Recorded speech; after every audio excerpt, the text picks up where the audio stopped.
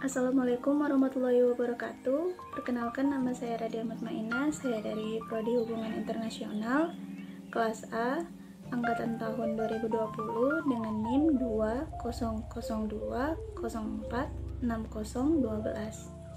Di video sebelumnya saya sudah menjelaskan mengenai pertanyaan saya tentang siapa sih diri saya dan apa sih tujuan saya yang sesungguhnya. Di video kali ini kita akan membahas tema yang sama, tetapi saya akan memfokuskan pada satu pertanyaan, yaitu apa sih keinginan kita yang sesungguhnya, apa sih keinginan saya yang sesungguhnya. Sebelum masuk ke dalam pembahasan, saya akan melakukan self-evaluation tentang video saya sebelumnya mengenai syarat-syarat atau ciri-ciri filsafat yang masih belum saya aplikasikan ke dalam video saya sebelumnya.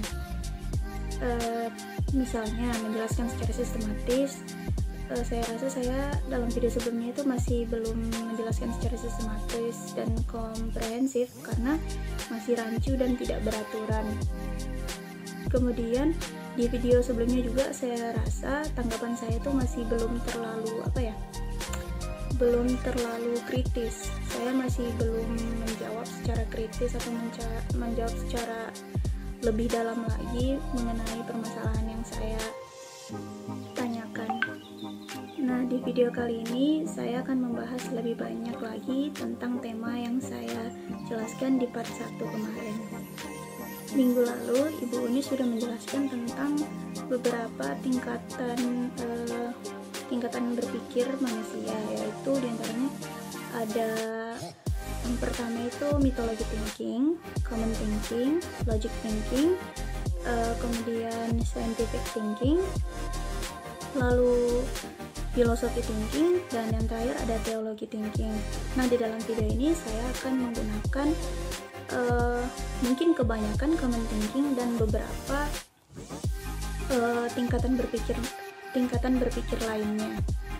Di usia kita yang sekarang ini, saya yakin sekali pasti banyak orang yang masih bingung mengenai tujuan atau keinginan apa sih yang ingin dicapai dalam kehidupan. Jadi ada istilah quarter life crisis atau krisis seperempat abad, yang mana periode saat seseorang memasuki usia 18 hingga 30 tahun, mereka merasa tidak memiliki arah, khawatir, bingung, dan galau akan ketidakpastian tentang masa depannya.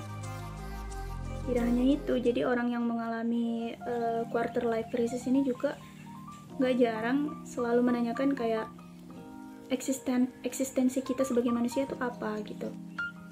Orang yang mengalami quarter life crisis ini kayak cenderung mereka nih kehilangan motivasi, kehilangan percaya diri, kehilangan tujuan hidup, dan mungkin sebagian itu karena apa ya? Karena banyaknya problem yang ada dalam kehidupannya gitu. Banyak sekali problem yang harus dihadapi. Dan hal yang paling mendasar yang menyebabkan quarter life crisis ini terjadi itu adalah tuntutan untuk bersikap lebih dewasa dalam menentukan arah tujuan hidup dan tanggung jawab yang sangat besar. Seperti, aku harus melakukan apa? Pilihan aku ini tepat nggak ya? Kemudian aku sebenarnya mau apa sih? Tujuanku tuh apa sih untuk hidup ini? Kayak gitu. Jadi semua manusia itu hidup tentu memiliki keinginan dan tujuan. Tidak ada manusia yang tidak memiliki tujuan atau keinginan. Jadi kayak misalnya keinginan untuk makan, keinginan untuk minum, keinginan untuk membeli sesuatu, dan keinginan lainnya. Hal tersebut itu kayak membuktikan bahwa manusia itu hidup. Hal tersebut yang membuktikan bahwa manusia itu hidup. Dalam pembahasan kali ini yang saya akan bahas adalah dalam konteks keinginan atau tujuan hidup dari manusia itu sendiri. Lalu apa sih itu keinginan? Jadi keinginan itu secara umum adalah harapan kita akan sesuatu. Kayak jadi apapun yang kita harapkan, yang kita ingin tuju, itu sudah termasuk keinginan kita, keinginan diri kita. Tetapi kenapa kemudian ini masih menjadi pertanyaan bagi sebagian besar orang? Mungkin ada beberapa faktor yang menyebabkan kita masih bingung tentang tujuan atau keinginan kita dalam hidup. misalnya merasa terjebak dalam situasi yang tidak kita sukai, kayak kita merasa ini kurang cocok dengan kita, kayak merasa tidak nyaman. Kemudian sulit membuat keputusan ketika dihadapkan dengan beberapa pilihan. Memang di dalam hidup kita pasti kita dihadapkan dengan banyak sekali pilihan, dan tergantung kita yang memilihnya. Nah, karena kita ingin memilih, hal ini yang membuat kita sulit untuk memilih, karena kita tidak tahu apa yang sebenarnya, apa keinginan kita yang sebenarnya. Kemudian sulit menentukan apakah harus hidup sesuai dengan keinginan diri sendiri atau dengan tuntutan keluarga atau masyarakat. Nah, ini yang seperti saya bahas di video sebelumnya, kayak kita hidup untuk memenuhi standar orang lain atau kita memenuhi keinginan orang lain terhadap kita, bukan atas kemauan kita sendiri. Nah, hal-hal inilah yang membuat kita sering bertanya keinginan kita tuh sebenarnya apa sih, seperti itu. Dan hal yang paling sering saya rasakan yaitu saya sangat takut tertinggal. Kenapa saya bilang seperti itu? Karena saya rasa pemahaman saya itu masih sangat jauh sekali dari teman-teman. Kayak saya merasa saya masih belum cukup, saya masih belum mampu untuk mengimbangi mereka. Maksudnya kayak saya masih sangat jauh. Itu yang masih sering menjadi, sebenarnya saya cocok atau tidak di sini, keinginan saya sebenarnya sudah sesuai apa enggak di sini, seperti itu. Sebenarnya keinginan itu kan adalah hal yang wajib dimiliki oleh setiap manusia, karena keinginan itulah yang menjadi booster kita di dalam kehidupan, dalam mencapai tujuan kita.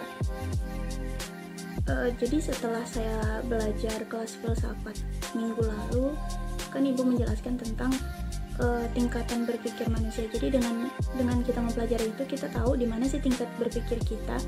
Karena video yang kemarin saya rasa tingkat berpikir saya tuh masih di common thinking, walaupun sekarang juga masih common thinking, cuman kita lebih bisa mengkategorikan di mana sih tingkatan berpikir kita, di mana sih tingkatan kita menjawab sebuah pertanyaan tadi. Sebenarnya banyak sekali yang saya dapatkan dari kelas filsafat kemarin, jadi lebih membantu saya untuk bagaimana sih mencari jawaban dari pertanyaan-pertanyaan saya, bagaimana saya bukan metode sih, seperti kayak arahan saya untuk, seperti menjadi arahan saya untuk mencari sebuah jawaban yang pasti. Setelah belajar filsafat kemarin, saya sudah mendapatkan sedikit titik terang dari pertanyaan-pertanyaan saya, tapi saya masih kurang yakin, masih kurang puas dengan jawaban yang saya dapatkan. Jadi saya masih berusaha untuk mencari jawaban-jawaban lain, mungkin sesuai dengan masing-masing tingkatan berpikir agar lebih mudah untuk melihat perbedaannya, seperti itu. Dan saya juga masih berusaha untuk merealisasikan jawaban saya yang kemarin di part 1, masih berusaha merealisasikan di dalam kehidupan saya, masih mencoba untuk menerapkannya. Dan saya harap semoga mungkin di video part-part berikutnya saya sudah mendapatkan jawabannya dengan mengikuti kelas filsafat ini. Jadi kesimpulan saya, asalkan manusia itu paham dengan benar tentang pikiran, paham dengan benar tentang dirinya, inilah syarat mutlak yang wajib dimiliki oleh seseorang supaya semua keinginannya itu selalu terjadi atau tercapai. Jadi jika kita tidak ingin menggunakan pikiran atau kita tidak ingin menggunakan akal kita, dan tidak mau belajar untuk mengenali diri kita sendiri, tidak belajar untuk mengenali kekuatan diri kita sendiri, maka kita tuh akan sulit mengenali keinginan kita yang sesungguhnya, untuk mengetahui keinginan kita sesungguhnya, sehingga kita susah untuk menentukan apa sih yang kita inginkan. Mungkin itu saja yang dapat saya sampaikan di video kali ini.